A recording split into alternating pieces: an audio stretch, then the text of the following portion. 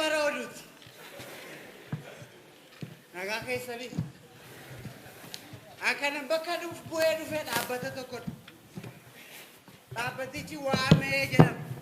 Waamee jechuun gabaa jiru. Waldaa Machooftota Itoophiyaa.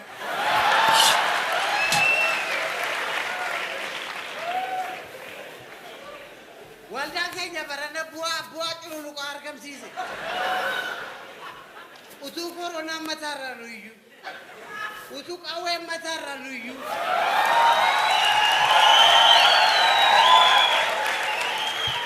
Nama dhugaatiin Machooftoonni 17 guddinu. Yeroo maaliiti? Yeroo oduuti. Amma oduu dhaggeeffanna. Hayaataan dhaggeeffanna. Reediyoon biyya kanaa kabaja qaba. Mitiiree. Akkam jirtu daawwattootaa fi dhaggeeffattoota keenya bakka jirtanitti nagaan keenya isiniif haa ta'u. Amma yeroo oduuti. Dhuguma yeroo oduuti raagaa jenne. Oduu waliin ane Tamasgeen Bayyaneete.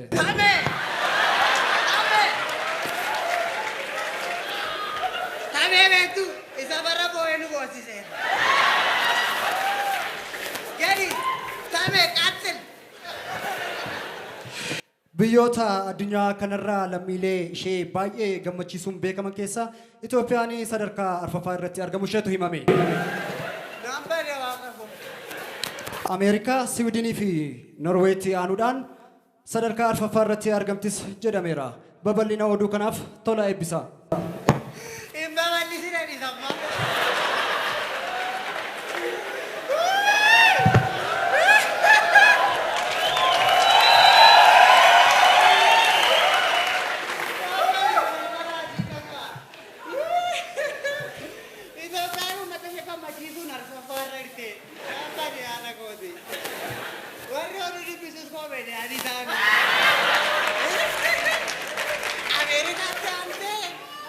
Amerikaatti maalaannan utuu battaan iyyuu Somaaliyaa Sooriyaa taana. Baay'eedha dhigan. Gammachuu maali qabna jedhan? Maal gammachuu kuni uffata Booranaa beelaan wajjiramaa horiidhaan taa'oo lagaaffiin go'anam. Moo uummata isa wallaggaadhaan manni irratti gubatee buqqaaruu ilaallataa seenuun gaaffii qaba.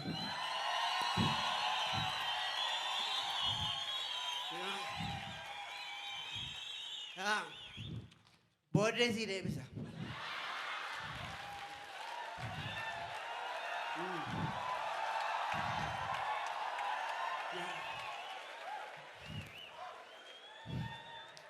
Baay'een isaa ulfaataadha. Harka walitti rukutanii birrii as keessa keessaniitu booda nyaata nuuf iddoo biraatti. Gammachuu tokkoof arfaffaa ramamaa ta'e. Mee haa ta'u mee warra odeessu dhaggeeffanname galatoomi baay'ee. Galatoo. Ada manaa kottaan see dhungannaa akkasii har'an arge. Baay'ee waan ajaa'iba. Hirri kaamiriidha. Mee ammas oduu dhaggeeffanname itti fufne. Odeessi mee Tamasgeen Bayyanaa.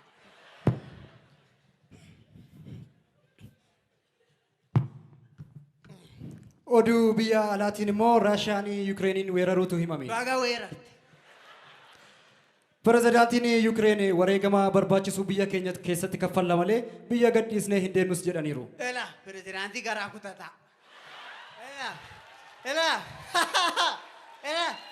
Biyya koorratti wareegama malee dhiiseen deemuu edee kan waraanatti dhite pirezidaantii tokkoon beeka. Eenyudha beektu? Mangistuu Hayilamaariyaam. Raashiyaan Yukireenii weerartee dhiistee maal lagashi? Hamma mara dhugaatii keenyatti hin bu'initti. Maali weeraruu kun hin jedhu? Adhiyoo kana mana dhugaatii keenya bira namicha tokko jiru. Oromoon Addis Ababaa nu jalaa weeraree jedhe. Maqaan abbaasaa badhaanedha. Maqaan namichaan beeku. Maali? Siluma yeroo maqaan abbaa badhaanee ta'e shakkee wanti jira. Waan tokko ganaadha wanti hundumtu. Hi weerartanii nuun jedhu. Giittiif goone weerara. Daadhii keenya to'a itti gochaa weeraraa deemnu. Biyya abbaa keenyaati eenyu abbaa ishee nu dhoowwarre. Maal ani kan Oromooti hundumti isaa. Waan sirriifu kan Oromooti. Waamee kan hundeesse Oromoodha. Kunoo nutu keessaa hooggansaa machaa'aa jira.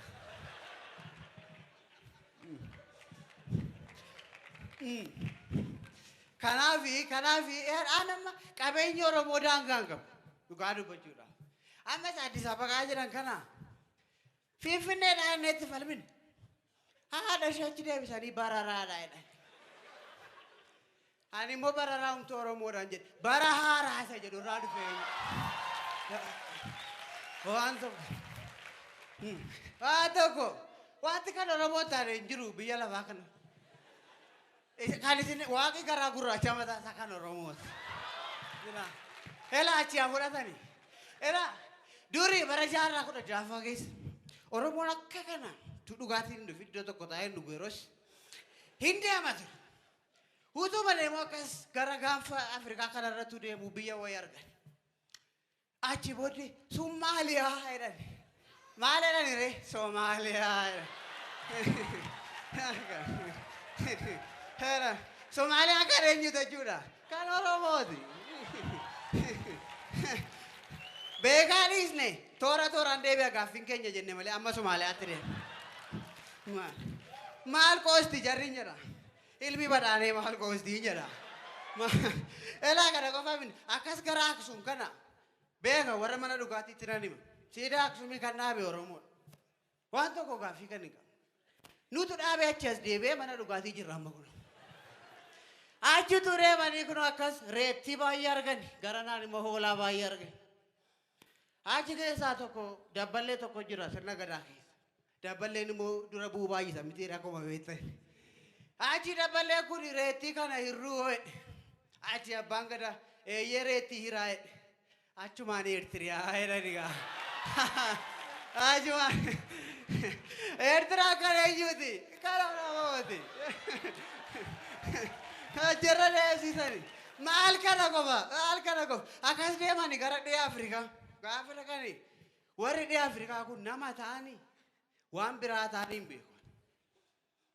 Isuma argu Oromoon tokko maali kun? Achumaan maali jedhanii biyyicha moggaasan. Maali kan eenyuuti ree? Kan Oromooti. Achumarra deema. Oromoon hin dhaabbanne yeroo baay'ee deemaa ture. Isa amma deebinee naannoo tokkotti gallee teenye miti. Afrikaana keenya ture yeroos. Achi booddee utuma deemutti abbaan gadaa lafa boqotu dhabeetu mana naa ijaara. Maal jettane naa ijaariyaa jedhe. Naayijeeriyaa jedhani gaachuma. Maal godhu ree? Maal godhu? Naayijeeriyaa kan eenyuuti? Kan Oromooti. Mana ijaareetu abbaan gadaa akkastu dhaabatu haadhi siiqqeen tokko siiqqee ishee qabattee dhufte. Gaafa siiqqee ishee qabattee dhuftu seenii hiyyette haadhi siiqqee. Galii hiyyette Seneegaalii hiyyette achuma. Achumarra Senegaalii jedhaniga. Senegaal kan eenyuuti? Kan Oromooti. Heera mootummaa naannoo Oromiyaarra qullicha jedhee taa'ee jira. Kanadha. Achi booddee sadeemu Senegaalii keessa amma taphataa tokko jira. Maaneedha. Taphataa maaneedha. Nama keenya. Badaa. Nama keenya jaallattanis. Nama keenyadha maanee. Ofirraan deebinaa. Nama keenyadha. Akka waldaa waametti sponsora gochuu yaadaa jira nuti.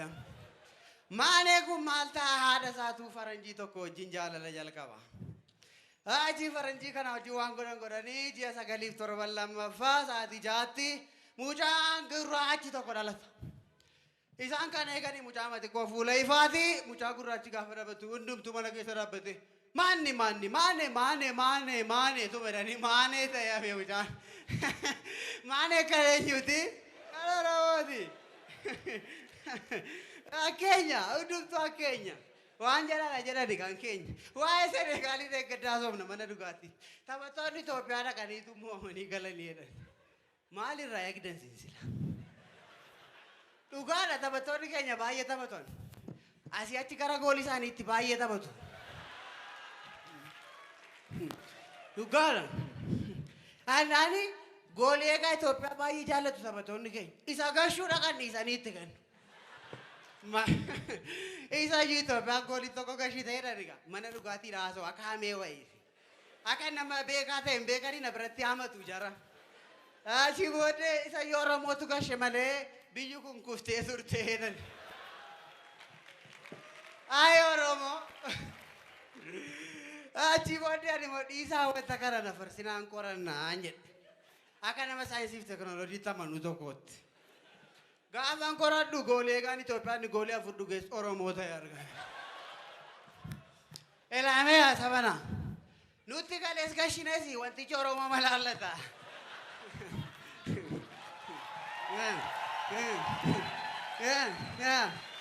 Kala miira keenya ilaalaa itti adeemuutu gaariidha. Dudduuba biyya kanaas fuuldura biyya kanaas kan jiru eenyudha? Oromoodha. Kanan jedhan.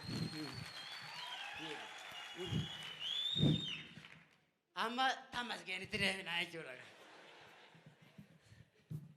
Tamasgeenaa seeni. Egaa daawwattootaaf dhaggeeffattoota keenya oduun keenya kan haga ammaa kanatti turedha. Mee oduu keenya xumuruun durammoo wallee tokkoon isin afeera. Walleen kun yeroo ammaa kana miidiyaa hawaasaa irratti baay'ee kan faarfamaa jirudha. Waliin bashannanee walitti deebina. Haa ta'u bashannana wallee wajjin wallee baay'ee jaalladha. Erga dheeratti nagante malee.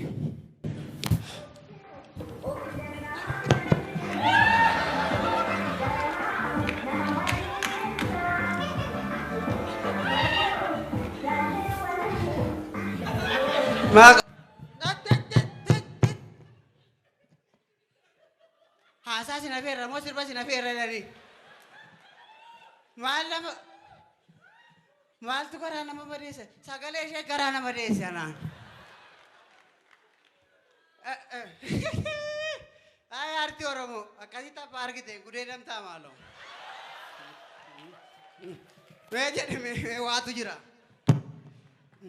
Daawwattoota keenya weellistuu wal adeemtuun kuni sirba bareedaa kana yeroo gadhiiftuu interviyuu miidiyaa tokkoof kenniteen hojii kanaaf fakkeenya guddaa kan naaf ta'e artistii Andu'aalem Gosaa guddaan galateeffadha jetteetti. Ajjira Andu'aalem dhimma kana irratti ibsa gabaabaa barbaanna. Yaada dhuunfaa ishee kan kennite artistiin kuni gabbarrii haafus jetteetti. Ahaa isheedha abbaan dubbii. Gabbarri haafotte sirbi keessa haafu nuyi warra dhiiraa immoo fuudhuun isaa haafuu jennee ragaachumaan.